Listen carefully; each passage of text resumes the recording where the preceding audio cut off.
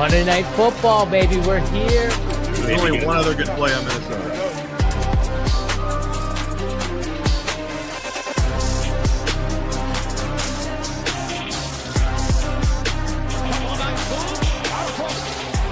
Touchdown in 46 seconds. Punches back. Touchdown.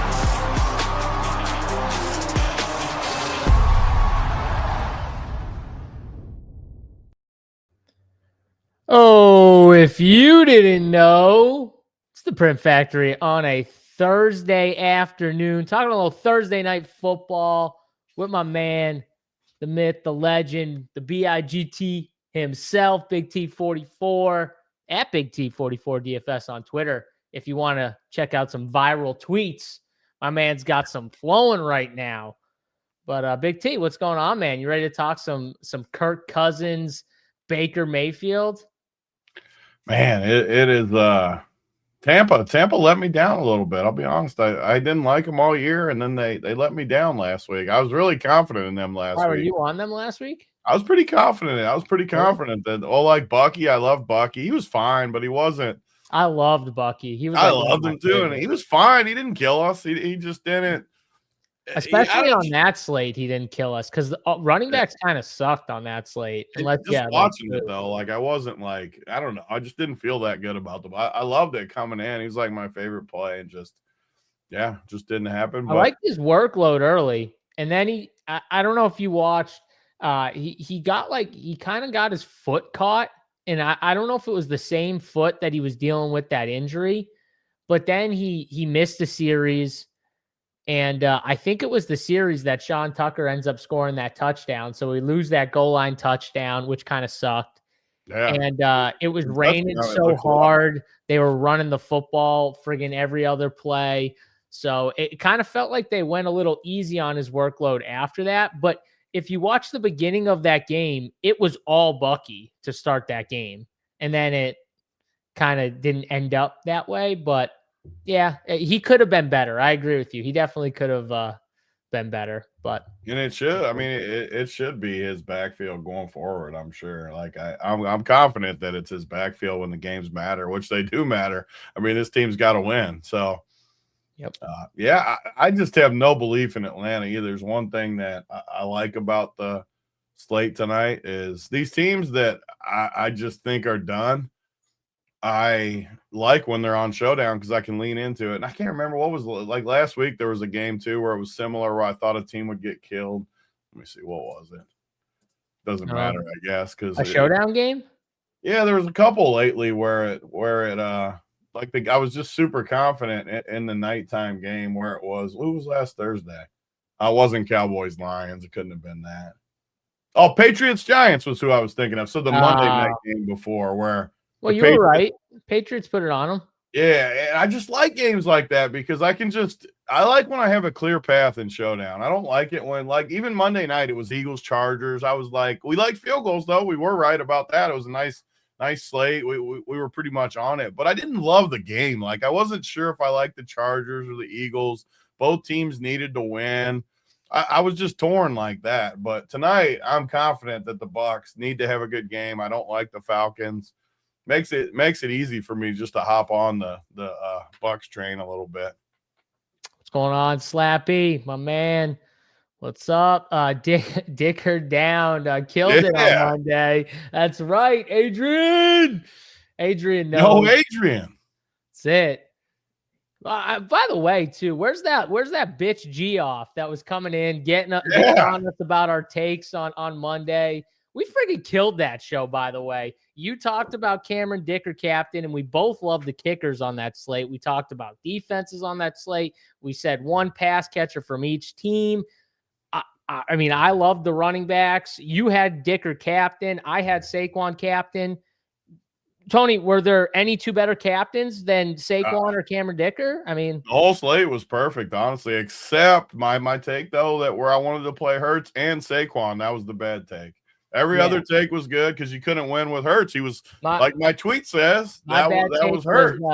Was I like Gadsden of the Chargers? Gadsden was bad. He did not do anything. In Showdown, you just have to be perfect. You can't. You can't miss any takes. It was still great. I think the optimal was only 1v1. Actually, well, Saquon was slightly ahead, but by 1 point. But if I had AJ Brown instead of Hurts, that was base. I mean, we were on it. It was you're just a little close.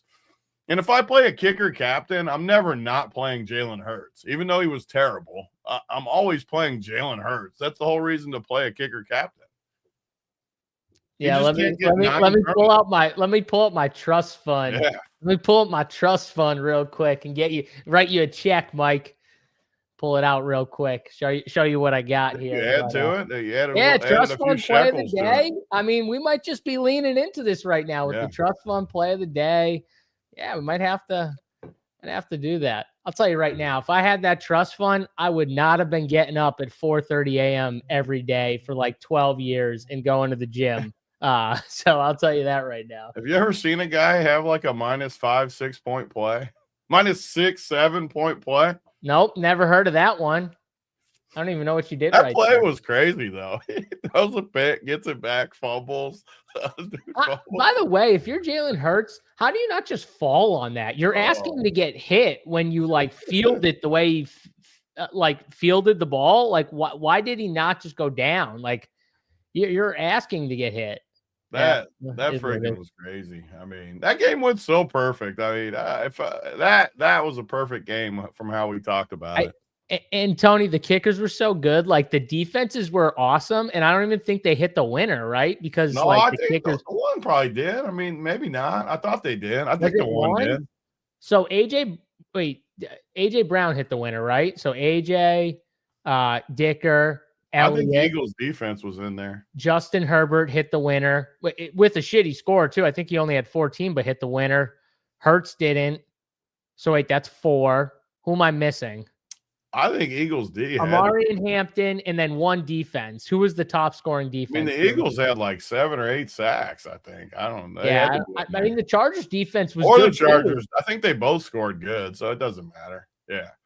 Yeah. Hampton. Yeah, Hampton squashed it, squeaked in over the D's. Okay. I thought there was 1 D, but I could have been wrong. They both and it was a 1 point difference though between the two. I remember that it was 13 and 12 or 14 and 13. So they were both good. I hope it was the Chargers because I think I like the Chargers a little more on the show. But yeah, either way, we like the defense. We liked it. I think I wrote this rule on my 3max, but I think on the show you said the rule, which was like I want like 2 to 3 of the kickers and defenses. I just went 1 man of both, but yeah, I mean 1 man defense, 1 man kicker. Yeah. So that smashed. Pretty much if you use the rules, even if you had shitty Gadsden like me, you still cashed. Or if you had Hurts, easily cashed. Like easily, like way up the board too. Yeah. I didn't have Herbert barely at all, and I still cashed and made money. So like I pretty much those were the mistakes that were made, but the kicker saved me because I had so much of the double kicker with Hampton, the running back. So that kind of saved me there. But either way, it worked out. It was a pretty. I would say I think we gave some good takes on that show. You gave some winners. I talked about it on our Print Factory show yesterday, but if you didn't watch that show, Big T dropped 2 separate single game parlays in there. Both of them with the boosts were over 20 to 1, and they both ended up hitting. They had the under to go at the very end. Both of them did. And they both squeaked in with the under. It was a huge save, not letting that game go over, Big T. So that interception was massive for you because that game was about to go over. Oh yeah. I was definitely sweating it hard at the end because I had a big bet on the under too with the parlays. I thought I was going to lose, and it was going to be a brutal loss, too. I was already, like, pre-tilting it. Like, this is going to be just a horrific loss. Like, just terrible with all the money that was coming in. And luckily, justice prevailed and got an interception because that game should have never gone over, ever. No. Saquon had the 1 broken play that he scored, just a broken, like, through the middle play. and then all the just random stuff that happened. Like it was an under game. It should have never gone over ever. And it was weird too, because like the Chargers score in the very beginning, and then there's like no scoring except for like kickers after that. And then, like you said, Saquon breaks the one play. But like outside of that, I mean, it was nothing. exactly what you wanted from an under game. Kick. It was a perfect game. It really was, except for, like you said, Hurts and maybe Gadsden. But even Gadsden, even if you like him, it's a tight end. I mean, it was there. We need another one tonight now. Because like obviously Goddard played better than Gadsden, so like they were similar. I mean, tight ends though, we talked him up too, and no one was on Goddard. He was actually really good. He had to be in the optimal. Yeah, maybe he squeaked in over the defense. Because he had like 15 or 16 points. He had to be in the optimal. Now you got me. Now I got to go. I'm curious too now. Someone might not have even had the optimal because he scored good. We just got he had to outscore the defenses. Had to have. Yeah, he had to have. We just got the official Mike Evans will play tonight as well, which is sweet. All right, I'm pulling it up right now. By the way, dude who shipped had the SaberSim logo. Love to see that. Shout out to SaberSim, best opto in the business. The dog says was the username here, but he had Saquon captain, Justin Herbert, AJ Brown, Dallas Goedert, Cameron Dicker, Jake Elliott. There you go. So no defenses. No defenses. And both defenses scored double digits. Justin Herbert with the kicker. Yeah. Hampton didn't even make it in the optimal. So that was the perfect double kicker game, though. Like, that's what we always say. You want all the skill guys to be between 10 and 16. And that team was unique. It had to be unique. Yeah. No. Because you got neither quarterback. It wasn't. Never mind. It was duped once. Yeah, because they won 200,000 or something. Yeah. Never mind. I thought it was unique, but it wasn't. So, yeah. Either way, pretty sweet. Hampton outscored Herbert. Did he? Let me see. Oh wow, he did. So you could have had the solo if you left like. I mean, it would be really hard to play two kickers with no quarterbacks. I mean, it would be really hard. Some of the shit though that people do just to like be unique, and they leave like 4,000 on the table. Yeah, but these are the games where those type of builds. Rules too. You're not getting to that without rules. No, I mean, you would have had to say, give me both kickers, give me both running backs or something. You would have to have rules like that. Yeah, max one. And you still would end up probably with a quarter. And you would have to somehow just say no quarterbacks. Like max one QB or something like that. You would have still got them though, because they just would have been projected good. You would have had to say no. You would have had to literally just. I mean, that's just so hard. I mean, we're going to talk about this. We'll talk about our rules. Obviously, if you're not a member at Run Pure Sports, we do the show for free every week. We appreciate if you guys just hit the like button. But me and Big T both do our own sheets. I do a 3-max sheet, and Big T does his full player pool. And we will write in like specific rules for each slate. Some slates, there's more rules than other slates. But we like if you are a member, make sure you check out those pieces of content because we do post our stuff, and then we'll post like rules or stuff where we're adding in to kind of help you guys be more in line with our thought process and everything like that for this slate. So yeah, but we'll go over it a little bit and we'll talk about some of the stuff that we're going to do today for this game here. But how do you set rules? I mean, I don't know if I'm assuming you have SaberSim. It's pretty simple on SaberSim. I can pull it up. Or Big T, do you have SaberSim up right now? I doubt he's got SaberSim if he's saying that, but I can pull it up. I don't have it up yet. I can though. All right. Well, but let's see if he does have Saber, we can pull it up real quick. Yeah, there's no. I doubt he has it, but yeah. Well, we'll see. All right, Big T, let's get into this game here and talk about it. We got Tampa and Atlanta. I think it's a 44.5 total right now. Tampa's getting some guys back. Tristan Wirfs looks like he's going to be back tonight. Their best offensive lineman. He missed for the Saints here last game. That'll be a huge upgrade. Mike Evans back. I didn't see anything. Is Jalen McMillan back? I didn't see anything with him. I don't but think he's back. At least I didn't hear that. I know he practiced. I don't know if because they like activated him and Evans the same. So I know he's like able to practice. I don't know if he's it in still there. does say questionable. I mean, he could be in there. So who knows with him? If he's in, he's definitely way more questionable, like way more questionable in general. So yeah, just be careful with that. But either way, Tampa's getting some good offensive players back, some key offensive players back. And Mike Evans, I will say, in his last 2 matchups with his Atlanta, Tony, he's had 3 touchdowns in those 2 matchups. So Mike Evans likes this matchup against Atlanta. And Atlanta and Tampa Bay, they've scored some points against each other. Kirk Cousins last year, really like his only 2 good games, Tony, fantasy good games, I'm pretty sure, was against Atlanta. He had 4 touchdowns passing in both of those 2 games. So, and 500 yards. And it was also pre-tearing his Achilles, but yes. I'm just or whatever, right? No, that was after. Right? He did that after? He had to get hurt at some point, right? Or no? He had to have. No, I don't think he had that big a game since his injury? Yeah, remember he played that year after his injury? I thought he got injured though in Atlanta. No. No. He got injured. Got benched? Yeah, he got benched for Penix the last 3 games. So, I mean, you could see why. He was terrible all last year. I'm saying, but the Atlanta matchup. Game I've been scarred about. You always make fun of me, but I'm still scarred from that bad beat with these 2 teams when the dude just housed it in overtime. I was winning 200,000, and that was one of the 2 games I'm talking about right now, right? Yeah. From it. Who was the dude? Who's the Atlanta guy? Where's he at? Let me find these receivers. I got it because I got the game up right here. Because Mooney and Drake London were both locks in the winner. Cousins was locked. Breaker was locked. Like all these dudes were locked. The only way I could lose was Hodge.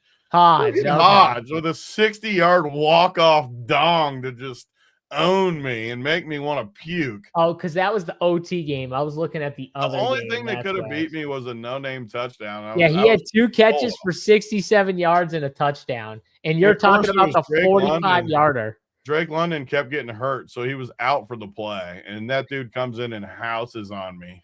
Yeah, that was a crazy game. Oh. Drake London had 12 catches, 154 yards, and a touchdown. And Mooney had just as much. They both went off. He went for 9 for 105 and 2. Yeah. Believe me, that game hurt. You know me, I don't complain very often about beats. I was very sad about that ending. You never talk about beats either. Because it was literally $200,000 and I lost it on that one play. Amber, buy Tony a couch so he can go sit on the couch and sob to us all about his bad beats here. I forgot about it until you started talking about it there. You brought back bad memories. We need to get a couch in your office so you can actually go sit back there. A cool, show thing. We should redo if I just sat back there like all these shows and just chill. I'm telling, next time we come to your house, we got to just get mics, get stands, and go in the living room and just do a pod from the living room. I love it. That's what we'll do next time. What'd you end up, Big T? Nothing. It's Showdown, man. Once you lose, you don't. I mean, I won like a tiny bit, but nothing. Once you fall off, you don't win nothing. That's the problem with Showdown or small slates in general, right, Tony? When one guy houses something, scores, right, and he's cheap, especially, you're gonna need him. You're gonna need it. It's different when they're like expensive, you know. I'm telling you though, the thing that freaking hurt the most was it was one of those, like you just said, there's not many showdowns where 5 guys are a lock on the winner. Going into overtime, there was 5 guys that were a lock. Like you couldn't get past them no matter what happened. And the bad part, the bad luck part was he would have never been in the game if Drake London didn't get hurt. I'm curious, what week was it? I want to know his snap count that week. I don't even want to keep looking at it. I'm not going to look it up because I don't want to see that he played. I guarantee he played 3 snaps the whole night.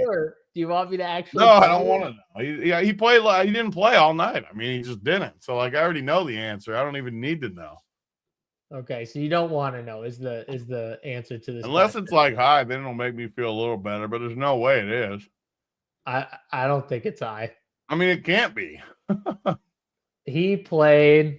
I'm pulling it up for you right now. Josh Lee's always so negative. You're Oh so my. negative, Josh Lee. He played. Worry about your Broncos being underdogs at home, Josh Lee. He ran 10 routes. He ran 10 routes, 15% of the routes, just so you know. Yeah. So he ran one route right up my ass. I know that. And I would say 5 or 6 of them had to be on that drive. I would say. I can't remember, but I would have to say it. So both, and I believe me, I watched every second very close. When he was on the field was when Drake was hurt. I remember it like it was yesterday. Because Drake London, like he always does, he just goes out. He just go out, and the other dude will come in. Yeah, I mean, Drake London gets hammered constantly. Dude is a beast, but he gets hit a lot. Was it a go route? Yes. No lube, straight up. Straight up. No like slants, not a slant and go, just a straight go route. DraftKings they sent you a package. They sent you a package of lube right after. They didn't even send any. It was just straight up the shoot. No questions asked. Didn't even have time to think about it. And my stepdad was in. I forgot about the worst part. My stepdad was in, and when he was watching it with me, and he thought I just won because I told him, I'm like, we just need the game to end, and I'm going to win. We just need it to end. So it did end. And he's like, yeah. And I'm like, oh, that can't be good, Dad. I don't think that was a good one. That's a real Jeff right there. That's the Big Daddy Jeff right there. We love Big Daddy Jeff. I hope it didn't beat me, but I'm pretty sure a 60-yard touchdown had to beat me. Yeah. Yeah, that's not a good it is funny when you watch it with like your stepdad or father-in-laws or stuff like that, because they look at you like, did you have them? Is that good? They're trying to figure it out. And it's not their fault, though. It's not. And to his credit, I did literally say, I just need the game to end to win. So in his head, it makes sense. I get it. Like, yeah. No spit, no warning, just up the ass. Yeah, straight up the shoot. By the way, did you see Rivers' passing line was out? Did you see that? 124. I don't think it was that low. I don't know what it was, but I'll bet the under whatever it is. What do you think it was? Guess the line. I'm horrible at stuff like this. Probably. It's against your Seattle team. I know it's a tough matchup, but they're going to throw it. I mean, somewhere around 200. I don't know. I think it was higher than that. I'm pulling it up right now. Did they say he's for sure going to start? I didn't see anything about for sure he's going to start. Is it going to give me unders? Because I'll just fire all the unders. So oh, no, I'm wrong. Phillip Rivers, and this is not, I don't see it on DraftKings, but on different book, 152.5. I bet the under on anything with this. Like, I don't. He's not even guaranteed to like play more than whatever. Like, he's gonna get destroyed. Yeah, he's gonna get destroyed. So you're taking the under starting. You're taking that under, no matter what it is. Yeah. All right. Interesting. Big T's back. Was he gone? Voice was hurting for a minute, but I feel good. I feel yeah. On Monday, I was taking it easy on him. His voice was still definitely banged up, but you're better now. You're back, so you're good to go now. It's a perfect game too. This game, I mean, the total seems a little low for an Atlanta Tampa game, but Atlanta is down Drake London. They have Kirk Cousins, not Michael Penix, which even though we don't love Michael Penix, it's a downgrade from him to Kirk Cousins here at this stage of the career. I don't remember ever seeing a quarterback with a 12-point projection. I don't. Maybe there was, but I just don't remember. There was 12 points. I think, dude. I think we had one just recently. 12 points. Yeah. 12 points, and he was cheap. Who was it?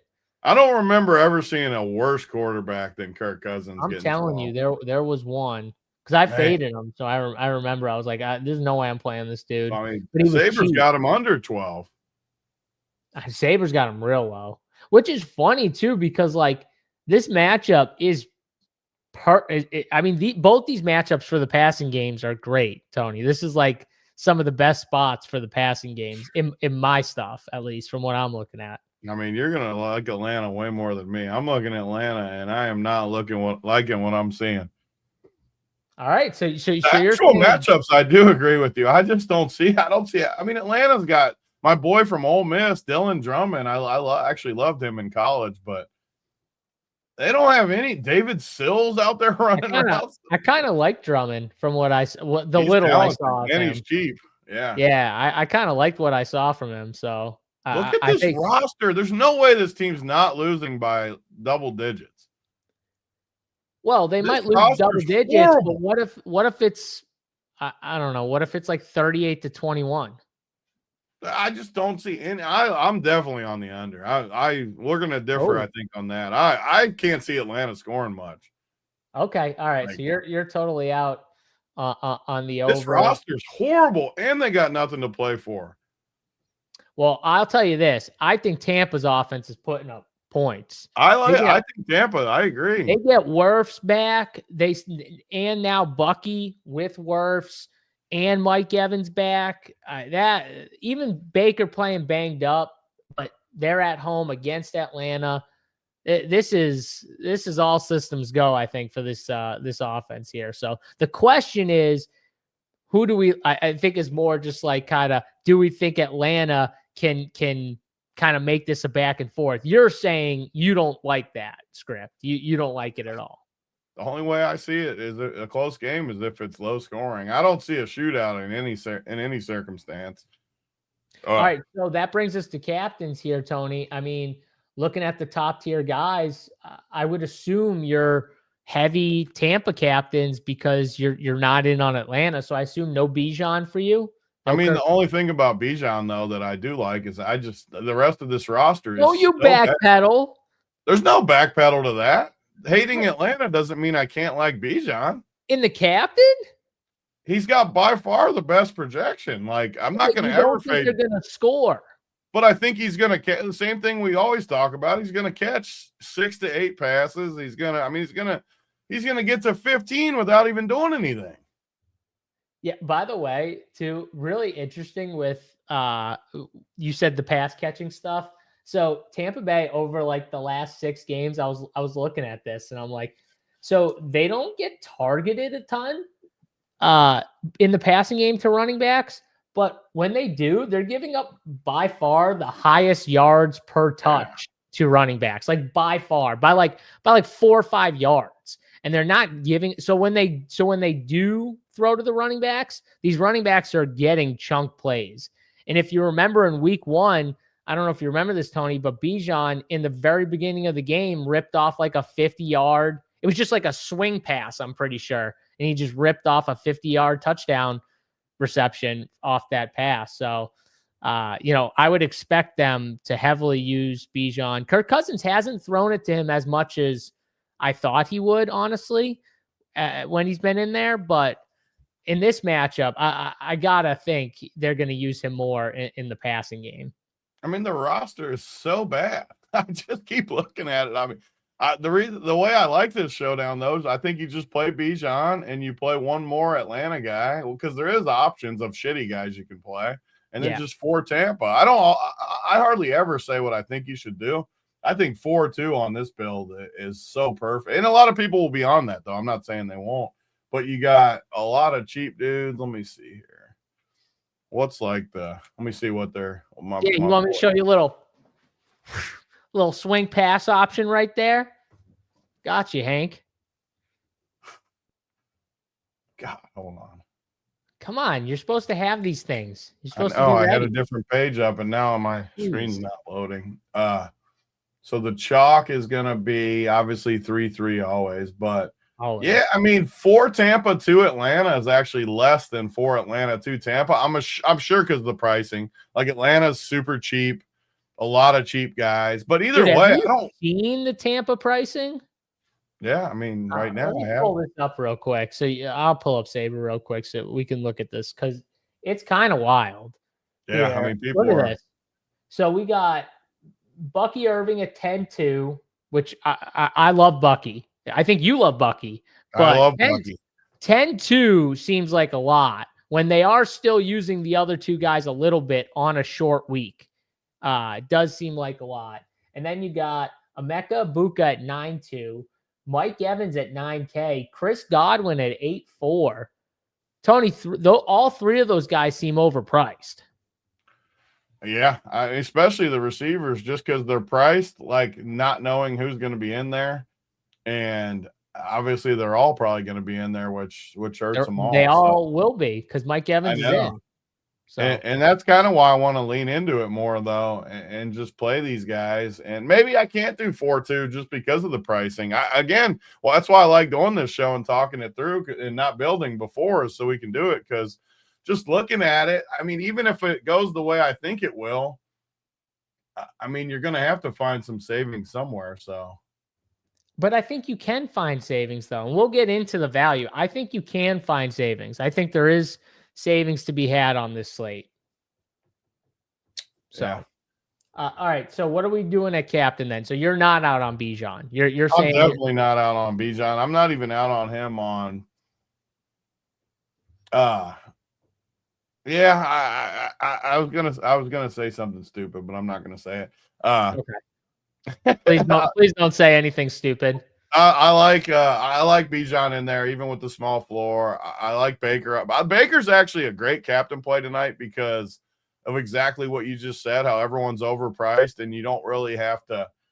You can play him and then mix and match a little bit underneath of him. Whereas if you go and take a receiver, you're going to have to guess right. Even with the good guys, I mean, you don't know how much Mike Evans is going to play. You don't know how much McMillan's going to play. You don't know, even Godwin, you don't really know how much he's going to play. They're going to spread it around. So I think that makes Baker make a ton of sense, but I like Bucky. I know he seems overpriced. He's the guy I like, though. I like him a lot. And maybe it is because of what you said, though. All the receivers are overpriced. I still think Bucky is going to get, like, what's the standings in the that division? So I disagree. It's tied.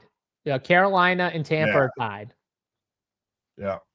So I disagree with you on one thing. I think we do know what we're going to get from Chris Godwin. Chris Godwin is fully back. And when I say fully back, I mean fully back in terms of like he's going to get like 80% plus of the snaps. Or of the routes is more important to say. He's going to get a majority of the work. And I think Mike Evans back only helps Chris Godwin, Emeka Buka there. Mike Evans is the unknown, Tony, because Mike Evans can take work from Sterling Shepard, who they played a lot. I mean, Sterling Shepard ain't going to play. Tez Johnson played a decent 34% of the routes. Cameron Johnson got a few routes. None of those dudes are playing. Yeah. So Sterling Shepard, I think, will play like the 8 route. I think he'll play, like he can be out there for a few routes. Yeah. And I think Tez will get 1 or 2, like, those are the 2 guys like unplayable, like to me. Yes. But what I'm saying to you is I think the 2 guys that the roles we know are for sure carved out are Godwin and Ibuka. So that brings me to my take of I just have to have them over Mike Evans, even though Mike Evans is way better. He's Mike Evans. I we just don't know. And right now they're all next to each other.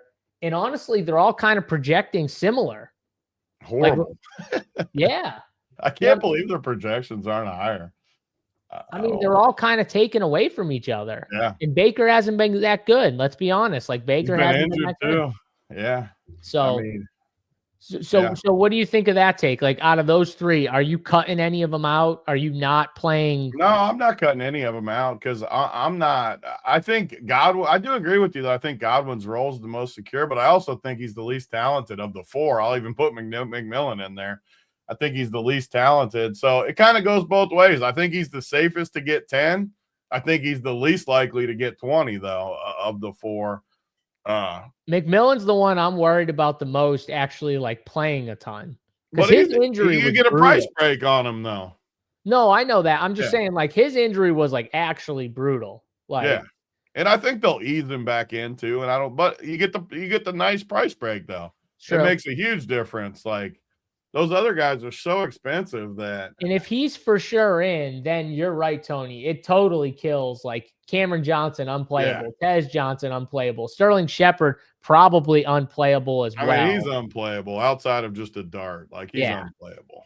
So now though we go back to like you made the point, Baker captain might be the best captain play. I agree. I think he is the best captain play, but we go back to your rules. So we just cut out 3 cheap receivers, and we both agree that Mike Evans on the surface, Chris Godwin, Emeka Egbuka all seem kind of overpriced. They're all projecting not that great at this moment.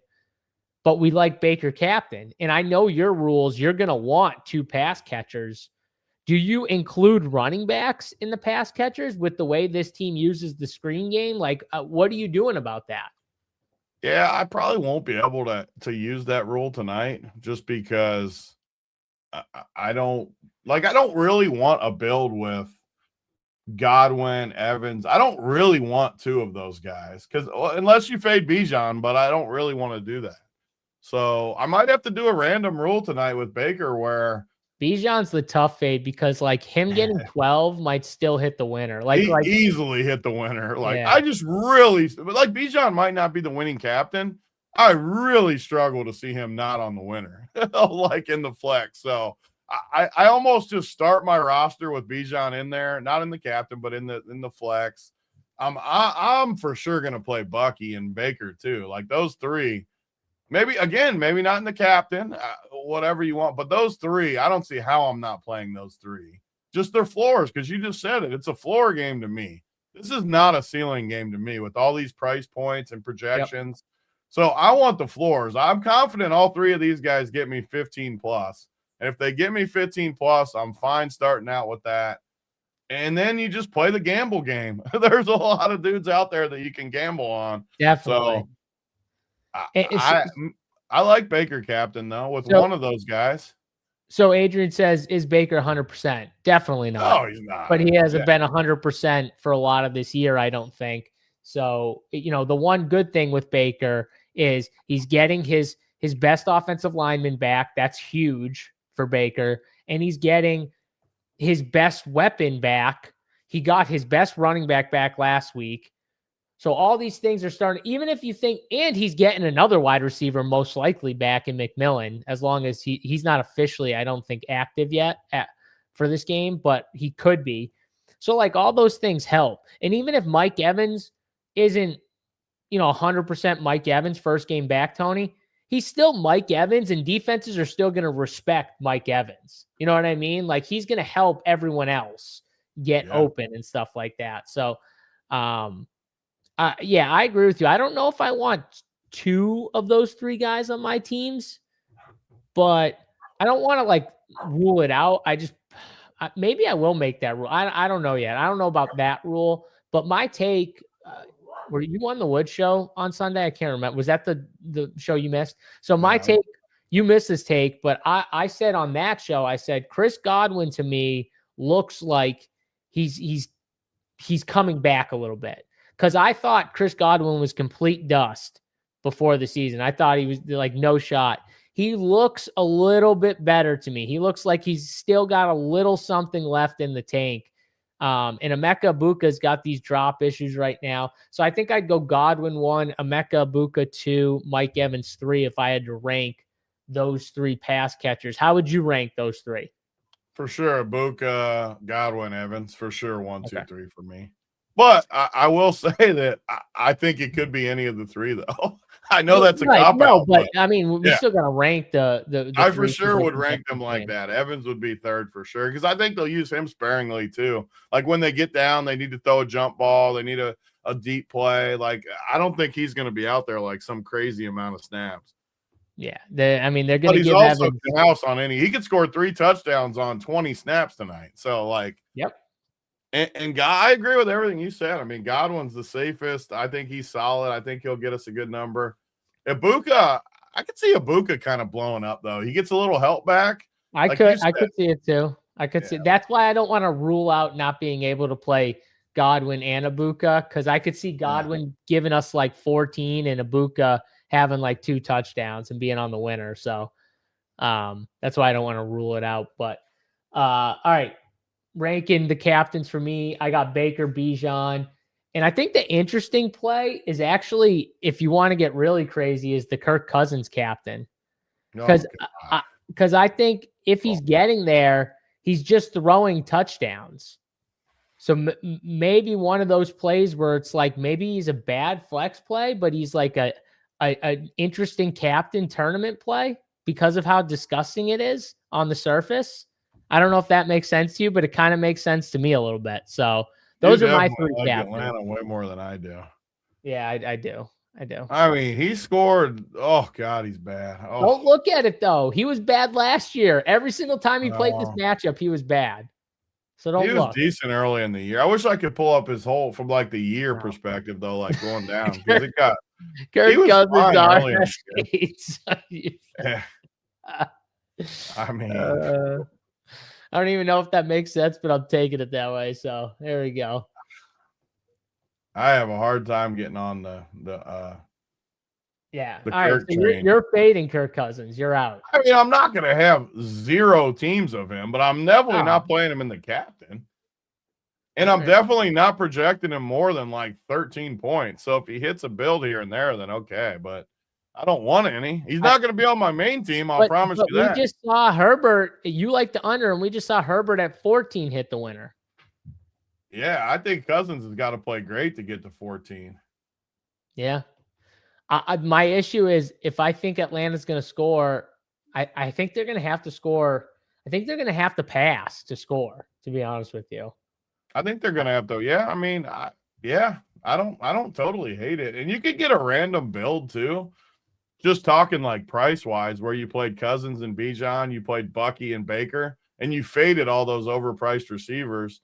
Go down to the cheap stuff. And that's like a totally random build with all good guys that could work. Like in a Baker captain, how does that look? If you go Baker, Bijan, Bucky, Cousins. You got 2,400. So obviously you would play Drummond in a build like that. And then you would play, 2,800. Who hits? Tyler Johnson or whoever that is that isn't going to play. You could have a totally random build where Baker Mayfield with none of those receivers. Dude, this is a crazy build right here, though. But it's a floor build, right? Where they all hit their floors and it somehow hits. It's actually kind of a build I like. It's a showdown build. It's random. And they're overpriced. So what if all 3 of these receivers up top hit their projection? 12, 10, and 10. Like, that's how you win with this build. Yeah. I know. I agree with you 100%. And what happens too, we've seen Baker run a little bit more. What happens if Baker runs one in? Like then you're really cooking with gas. If you get like a rushing touchdown from Baker, you're really in good shape if you get that. Yeah. So yeah, I like it. That's why I don't want to make a rule of like at least one of them, Tony, because of that. Because you could get some weird Baker captain builds with shit like this. So I don't want to make a rule like that. I have to play one of those receivers, but I definitely don't want more than 2. I'll tell you that. I make that rule. But it would be tough. It would be very tough. You're going to have guys like Bijan and all the running backs are going to have to suck. All right, so let's keep going down this. Did you rank your captains, your favorite 3? I guess Baker'd be one. Bucky's my one still. I like Bucky tonight. Okay, I think it's Bucky tonight. Okay. Bucky, Baker, Bijan, but honestly, I want somewhat close. And I'm trying to think if I want any Ibuka. I probably want a sliver of Ibuka. Sliver, because I like him the most. Okay, so you said Bucky, Baker. Bucky's my top one. All right, interesting. Let's go down these flex plays here now. We already talked about the receivers. I just want to get your take, though. You said Kirk Cousins you're going to have some of, but you're going to be under the field on Kirk Cousins? Especially if he comes in. Like, quarterbacks are never under, like, Sabres 40. got I him know at Saber 30. says 29, but I don't believe it. It's still a quarterback. Everyone plays quarterbacks. He's got a terrible The projection. Sims are gonna love quarterbacks though. Like, so let me actually I'll just do it real quick. I So wonder, what do you think the Sims push Kirk Cousins? I don't know. Let's find out. Yeah, let's find out. Quick. Because I'll never forget that Jackson Dart day where we were like, he's a bad That was player. the craziest day of the year. Yeah, that was like one of the craziest days ever. That was definitely a crazy one. Hold on. Talk about the mid range while I'll set Yeah, this up. so this mid range is kind of interesting because once you get off the Tampa guys, you go into the Atlanta guys. Darnell Mooney, who's done legit like nothing all year. I think he's had one game of double digits. Yeah, against New Orleans, 16 fantasy points. He's 6,600 though, but it is a prime matchup against Tampa Bay. Wide receivers have been crushing actually both these teams. The last 5 to 6 weeks, Atlanta's given up the second most fantasy points to wide receivers. 5 to 6 weeks. I did that on purpose, by the way. 5 to 6 weeks. And Tampa has given up the 9th most fantasy points to wide receivers. So these are two defenses that give up top 10 in fantasy points given up to the wide receiver position. I think Atlanta's given up the most touchdowns in that stretch to wide receivers, 10 total. That's the most in that stretch there. And it's just a perfect matchup. So I do feel like I should be trying to get a pass catcher from each side, Tony, because it does make sense. But man, Darnell Mooney has given me nothing. So I feel like I should do either Kyle Pitts in this range, who's been actually decent with Kirk Cousins, or just go take a cheap Atlanta guy and say, give me one of those. Give me the Drummond kid. Give me one of those if I want a pass catcher from Atlanta. So that's kind of my take is, this matchup should be good for Darnell Mooney. We did see he crushed last year in this matchup. So I don't want to completely rule him out, but I got Pitts over Mooney, and I kind of want to go down to those cheap guys. So I'm definitely going to be lower on old Darnell Mooney here. And Kyle Pitts is going to be projecting really good right now. He's the 4th highest owned guy on the slate. So I got to get your take on old Kyle Pitts, Tony. But what are you doing in this mid-range here? Yeah, Pitts, he's been solid. Is he for sure? Is he 100% in? I see questionable. Is he for sure good? Yeah, I think he's going to be good. I like Pitts. I like Mooney too. Okay. Pitts is a way better play than Mooney, but the ownership is also going to be way more skewed that direction as well. Hold on one second. Maybe the play is just not playing. Maybe the ownership play is not playing Pitts and going receivers. And Pitts has busted 7 million times in his career. Sure. So it's not like you have to. Pitts is a great play. He's going to be any slate, Showdown, anything. If Pitts is ever 50% owned, you can fade Pitts. He's 6,400. He can easily bust. So what sucks about it is he's a perfect anti-play, but at the same time, it's horrible when you're rooting on an offense to score, but you also have to root against like one of their better weapons to not do anything at the same time. But that's might be what I end up doing here. The good part for me is I don't like Atlanta at all, so I have no problem. He can be my anti. You can stay off of him as the anti. So I don't. I was trying. I can't get the Sims is just finishing up for me because I wanted to see what it gives me. But in the mid range, Pitts, the kickers. I have to be interested in the kickers too. They're going to get good ownership, but it's another kicker game. These kickers are good. It's low scoring. It's almost identical to the other night, except even more geared towards kickers with the way the pricing is. What you talked about with those receivers. Okay, here we. So actually, I think you're going to land on kickers a lot. By the way, man, this team. I don't even know if I want to say this team the Sim gave me because it's so good that I might use it for my main team. I probably already have it. I don't think you do because it's a random. So. It's Ibuka and the captain. Okay, and it's with Godwin and Baker underneath it. And it's with Bucky Irving. So it's like And a it's full with, on. I'll just say it. And then instead of playing Bijan, it's with underpriced Algier and the Falcons defense. Wow. Yeah, that And is I wild. love that build. I love everything about that build. I definitely don't have that build. I will knew not have there's that no build. way you had that, but I love everything about that build. I can see why the Sims push it. Yeah. I mean, Algier at 4K is a great play. He always finds a way into the end zone too. It feels like in these spots, he always feels like he gets in there. But And yeah, a lot of these Sims are 4-2 and 5-1 bucks, which I love to see because that's your route, or that's what you want to be in. As I go down, there's a decent amount of 4. Let me see the exact. I'll pull up the exact 4-2. So 5-man Atlanta, not a ton of 5s, but a little bit of Tampa 5s, 23% Tampa 4, pretty similar 4s too, honestly. So yeah, I love that build though. Algier at that price is a good price. Yeah, well, maybe I don't have to play Bijan. The more I think about it, the builds look a lot better without him, but it's hard for me not to play him with that floor. I can't let the Sims impact me too much.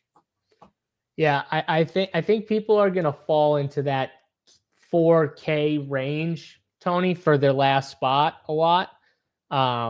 With like Algier, the kickers, you got Rashad White in there. I mean, He's who I don't like. Like, I don't like him at all. Yeah, so okay, because like the 3 running back rotation or what? And I just trust Bucky? Well, first of all, if my build comes through, I think it's all Bucky and Tucker because I think Tucker will get some of the work if they open up a lead. I think they'll give Tucker some run work. I actually maybe a month ago, there was an optimal that was a solo shipper that was 2 backup running backs or number 2 running backs. I think that's an interesting starting point tonight to go on a slate where everyone's overpriced. If you play Sean Tucker and Algier at those prices, you can play anybody with it. And I think they both get work either way, and they're both so cheap. I actually love that. Yeah, I don't hate. I mean, I think Sean Tucker's really good, so I He's don't come hate through it. for you too. He wants to come through again for you. He's a hero. We love Sean Tucker on this show. It was interesting. Rashad White played, I felt like a decent amount with Bucky Irving on the field, like together, like Rashad They were White. losing though. Or in a close game.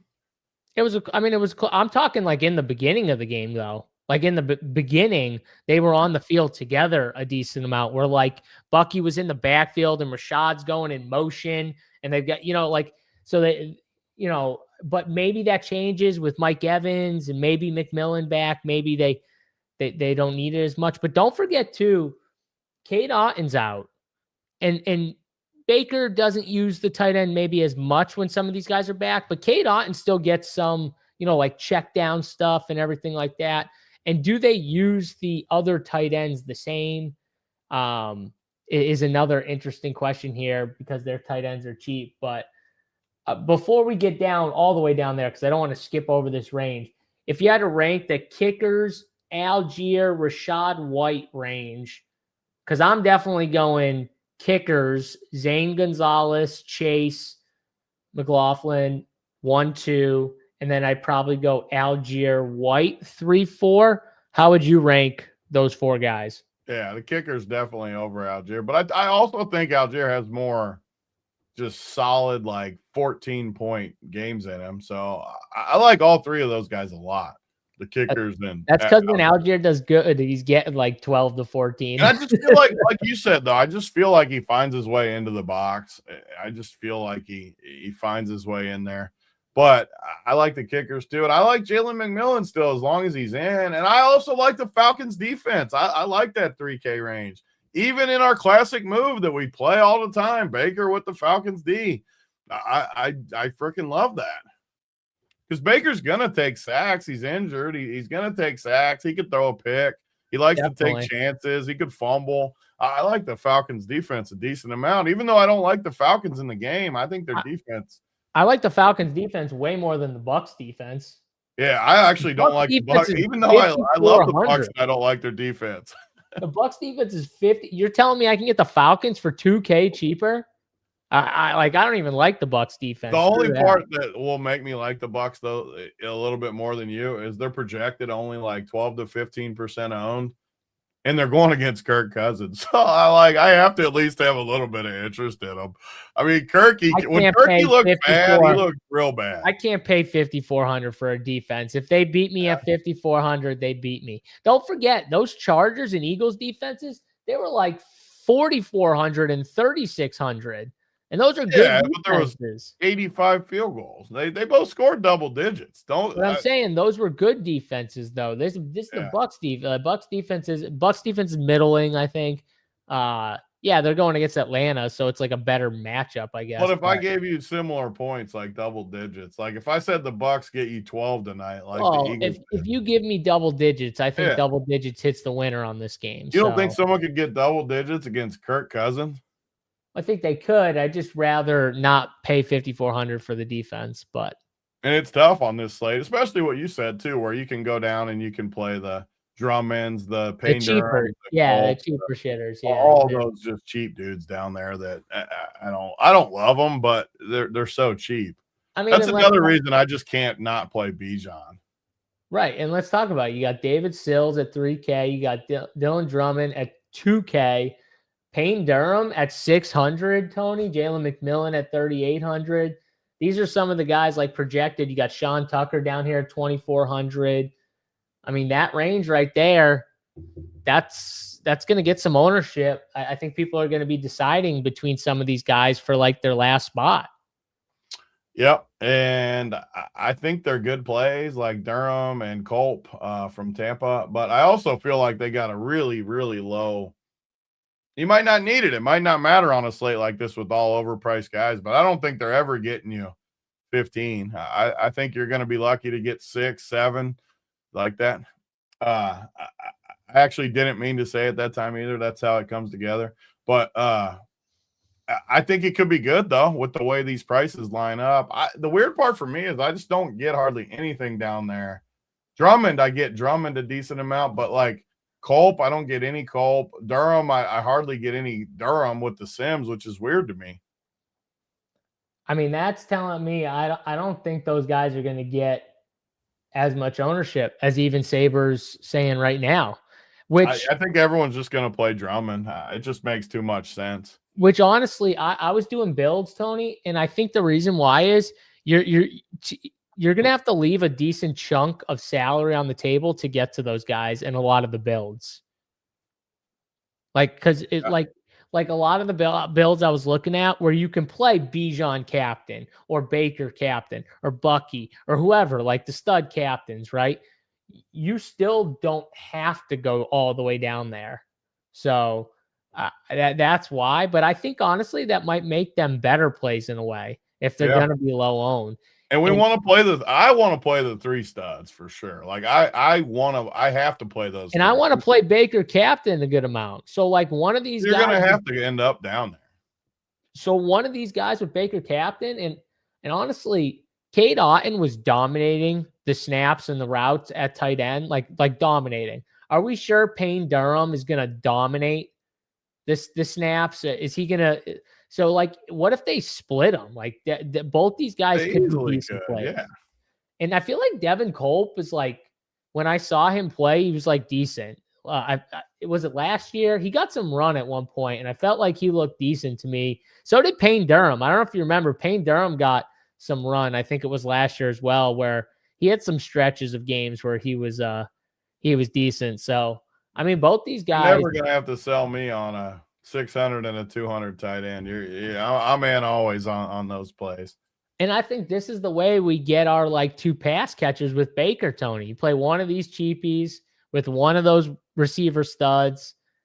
And then, I don't know, you could do something weird like one of the running backs, like Bucky. You know? I mean, you know who Benair reminds me of? It's like when Fallick, our boy Fallick, like he just wants the attention.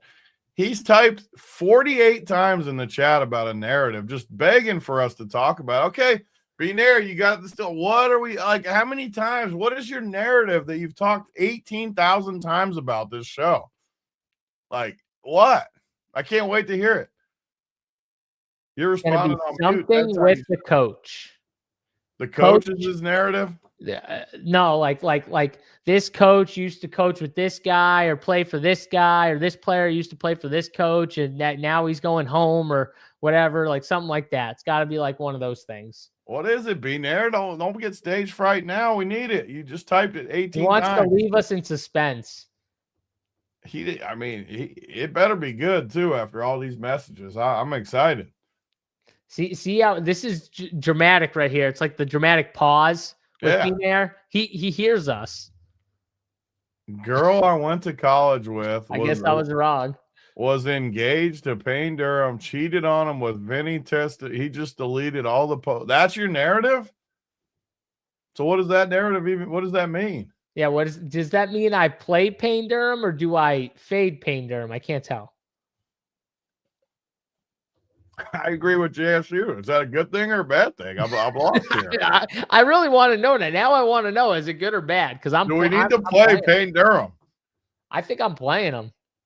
He said projected for 30. I mean, again, you don't have to sell me on playing a 6. And that's one way I can get to my 4-2 Tampa builds that I really want. What's funny is he's already in my core, so I'm playing him, I think. That's the narrative. That's the narrative. He's in JSU's core, and we got a B-Nair narrative. That's how you know. Love it. All right. So we got all that. Anyone else that we didn't get to talk about that you want to hit on? Anyone that I feel like the more we go down, the more like these guys just aren't in play. Yeah, and you have really good value plays, so you don't need to get that creative tonight. I agree. I agree. He's talking to be there like he talked to his kids. That is not how I talk to my kids. That's funny though. No, Big T. He told me. He says I give him the stare. He I do give the stare a lot. He didn't give B-Nair the stare. That's if you want him to treat you like a child, he's staring right at you. I do it to my team all the time too when I'm real bad. When I'm past the yelling, I just stare. And they know and I know. Past the yelling.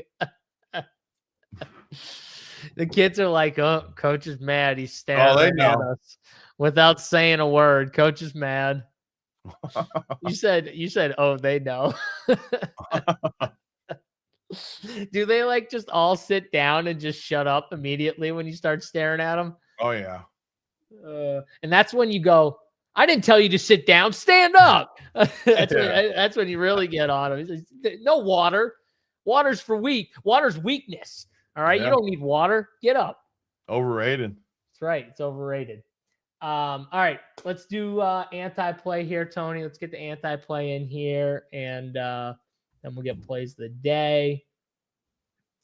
This guy, I like it when people are nice to me. This guy, that's why we need him. Yeah, Matisse. I love it. I like being on the show. This guy is the same guy who types in the Bills every show. You better not have on Sunday. And in every single show I do for MMA, he always asks where Big T is. Yeah, let's go, baby. I might come on an MMA show if I get love like that. I like love. Stop. Don't start playing. And Hank's been mean to me all show. He just keeps talking about my sick. How many shows have I missed, JSU, in the whole year?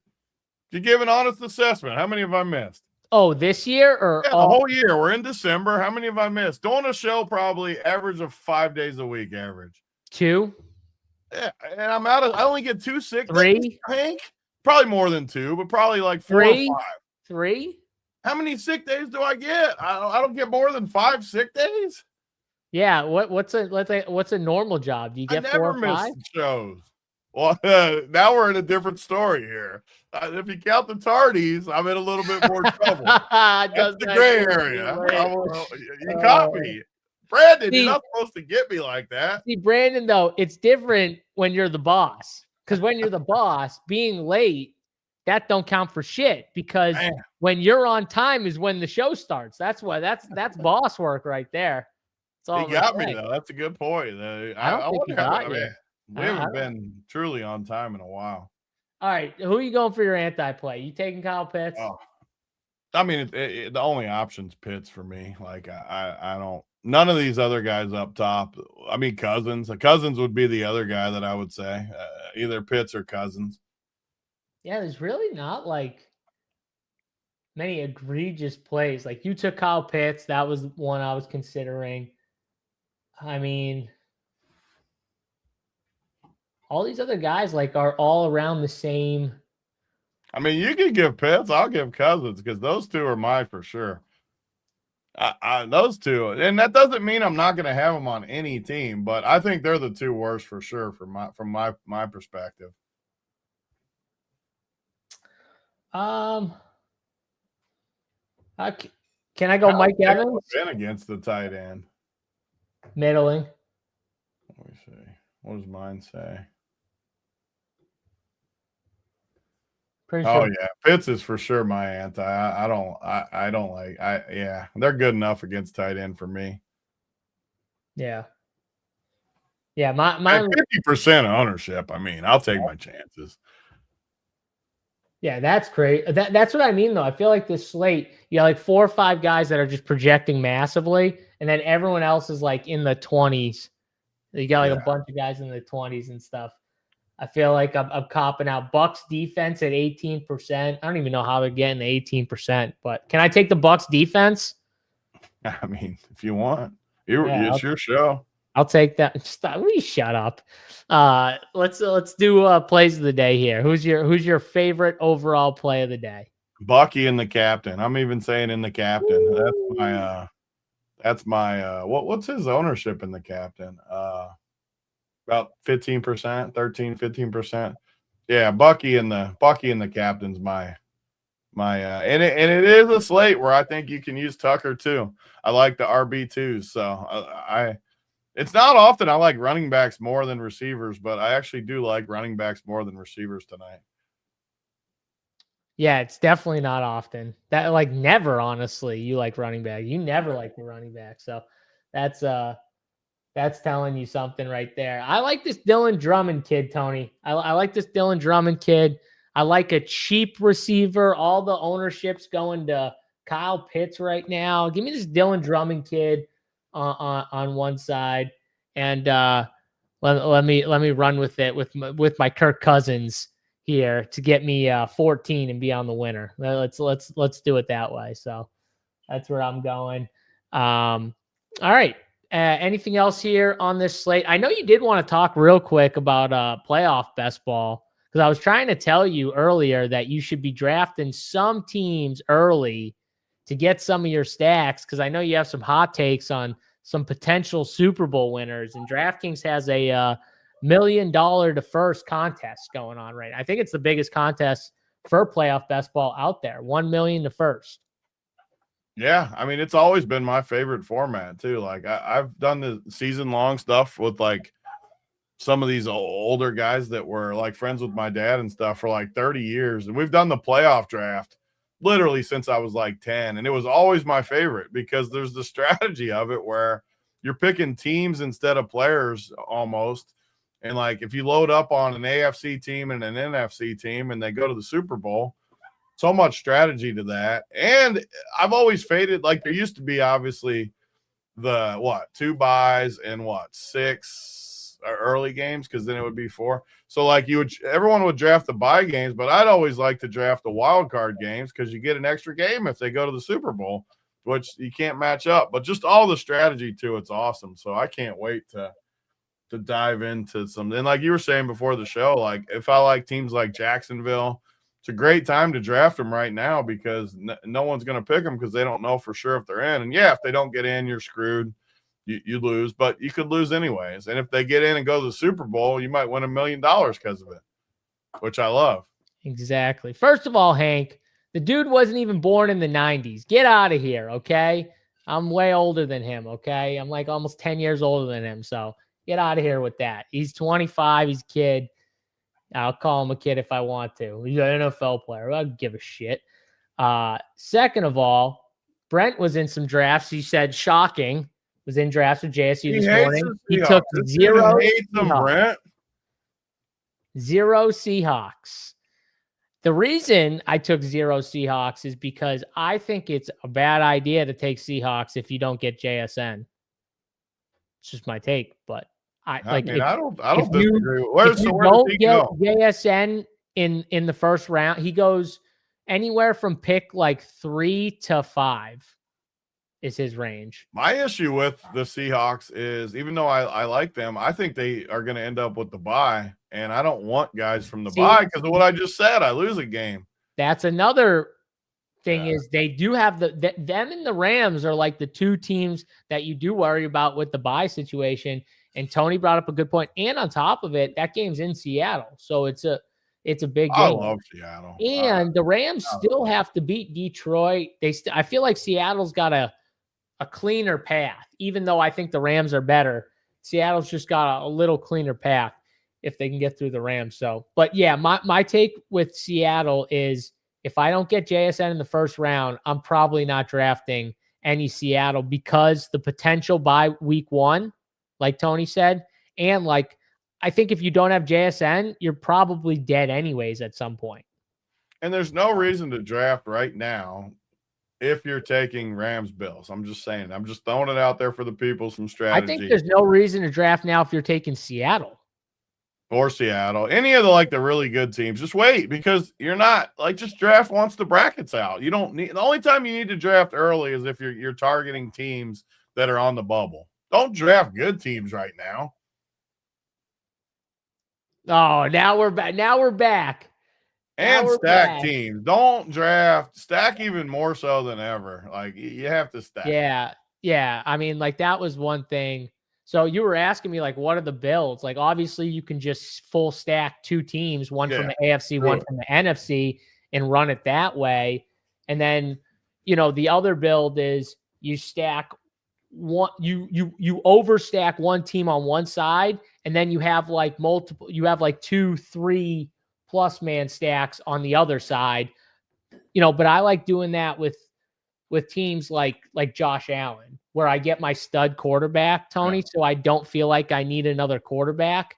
And then I can overload some of these Bills, get some like random Bills guys, like Brandon Cooks at the end and Gabe. It's such a good show, such a good playoff strategy. Just random guys at the very end that ADP you're not even drafting. You know what I mean? So I just peel some of those guys because I don't need 2 quarterbacks. I have my 2 other teams, like, I don't know, the Packers and the whoever the other NFC team is, Tampa, Seattle, Rams, whatever it is. And then I just fully load the Bills. And one thing I do actually when I draft the Bills, Tony, is I make sure that I have the running backs from the other teams I'm drafting, because the Bills suck against running backs. And I'm going to want, it's just like in my head, DFS, like when we play the Bills, we want running backs against the Bills all the time. So like, I don't get, James Cook doesn't normally fall with Josh Allen. So I don't take Bills running backs with Josh Allen. Normally I'll take the opposing running backs.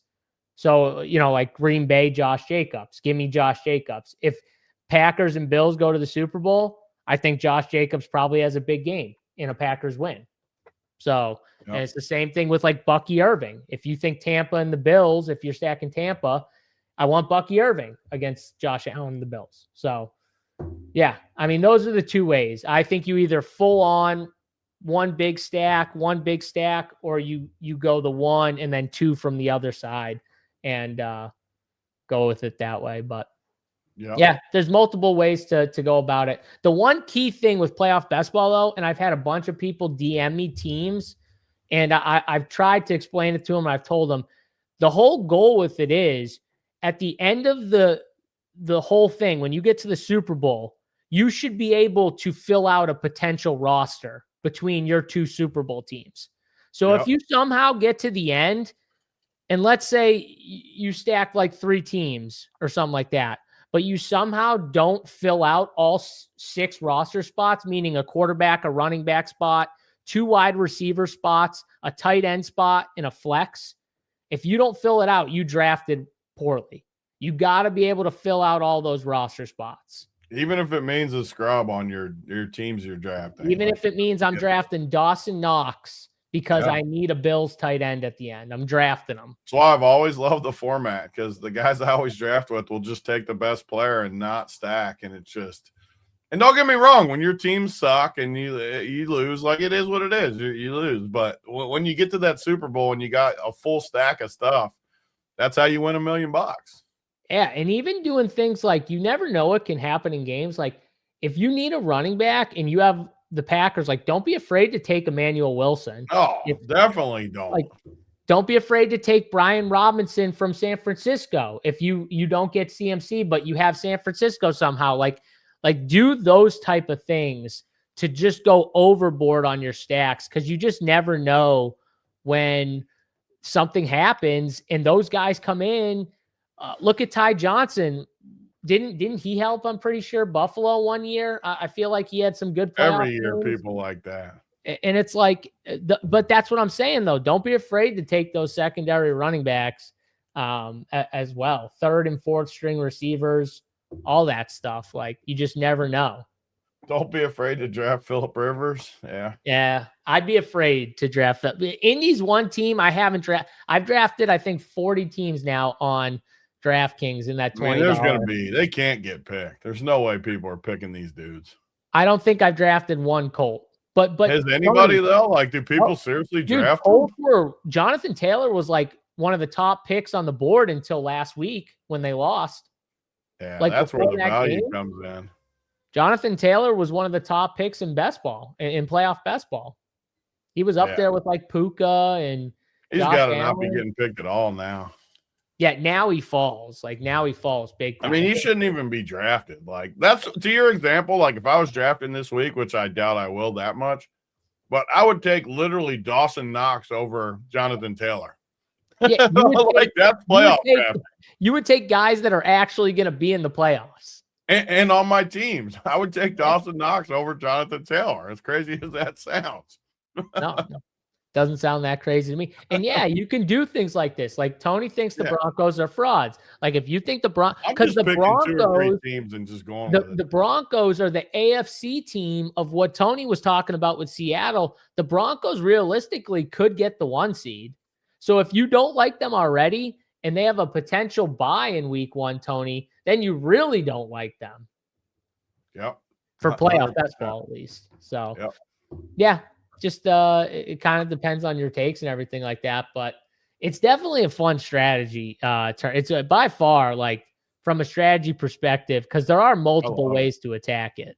I hate regular best ball. I love playoff best ball so much. I love it. Like I might get in there and draft a bunch of teams. I really enjoy it.